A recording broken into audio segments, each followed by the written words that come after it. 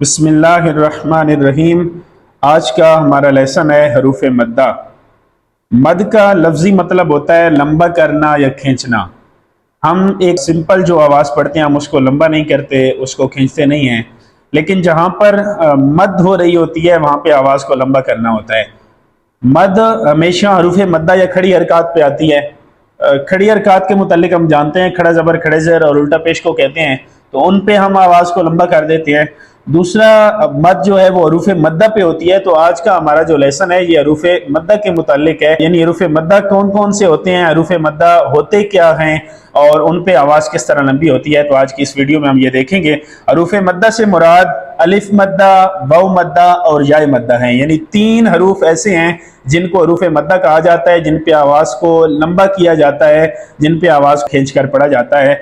हमने जो देखनी है वो उनकी पहचान देखनी है, यानी इस पहचान के साथ जब अलिफ वाव और या आते हैं तो वो हरूफ मद्दा होती हैं, क्योंकि हर जगह पे वाव जो है वो मद्दा नहीं होती, या जो है वो हर जगह पे मद्दा नहीं होती। इसी तरह अलिफ जो है वो हर जगह पे मद्दा नहीं होता, बल्कि उनकी एक स्पेसिफिक पहचान है। तो इस वीडियो के अंदर हम उस पहचान को देखेंगे, उस पहचान को सीखेंगे कि किस पहचान के साथ वो आएंगे तो वो मद्दा होंगे। तो सबसे पहले हमारे पास है अलिफ मद्दा। अलिफ मद्दा की पहचान क्या है? सिंपल सी पहचान है अलिफ मद्दा की कि जब भी अलिफ से पहले जबर आ जाएगी, यानी सिंपली अलिफ आया हुआ होगा और उससे पहले वाला जो हर्फ होगा उस पे जबर आ जाएगी, तो उस जबर की आवाज को हम लंबा करके पढ़ेंगे, खींच कर पढ़ेंगे, यानी वो वाला अलिफ जो है वो अलिफ मद्दा होगा।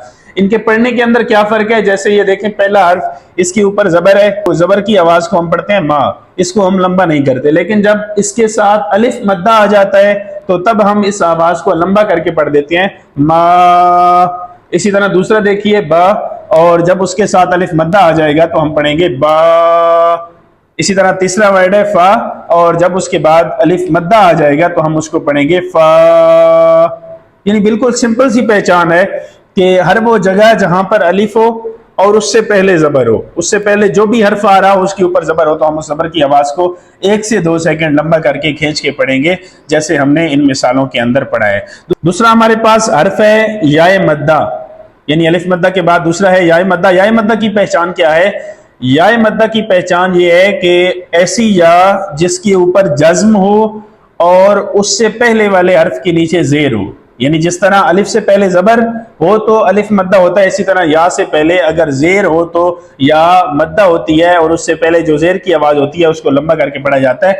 जैसे ये देखें, मीम के नीचे अगर जेर है तो हम इसको सिंपली मी पढ़ते हैं, लेकिन अगर इसके बाद या मद्दा आ जाती है तो फिर हम इसकी आवाज को लंबा कर देते हैं मी। इसी तरह बी और बी, फी और फी, यानी जब भी ऐसी या होगी जो साकिन होगी और उससे पहले वाले हर्फ के नीचे जेर होगी तो उस आवाज को हम लंबा करके पढ़ेंगे, खींच कर पढ़ेंगे।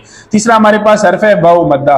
वाव मद्दा की पहचान ये है कि वाव खुद साकिन हो और उससे पहले वाला जो भी हर्फ हो उसके ऊपर पेश हो, तो ऐसी वाव पर पिछले हर्फ की पेश की आवाज होगी, हम उसको लंबा करके खींच कर पढ़ेंगे, जैसे मु और मू, बू और बू, और इसी तरह फू और फू। तो तीनों हरूफ के अंदर मू, बू और फू के अंदर वाव जो है वाव मद्दा है, तो इससे पिछली जो पेश की आवाज है उसको हमने लंबा करके खींच कर पढ़ा है।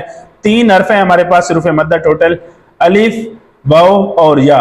अलिफ की पहचान ये है कि अलिफ से पहले जबर हो। वाव की पहचान ये है कि वाव साकिन हो और उससे पहले पेश हो, और या की पहचान ये है कि या भी साकिन हो और उससे पहले जो है वो जेर हो। तो ऐसे अल्फाज पे आवाज को 1 से 2 सेकंड लंबा करके ये खींच के पढ़ा जाता है।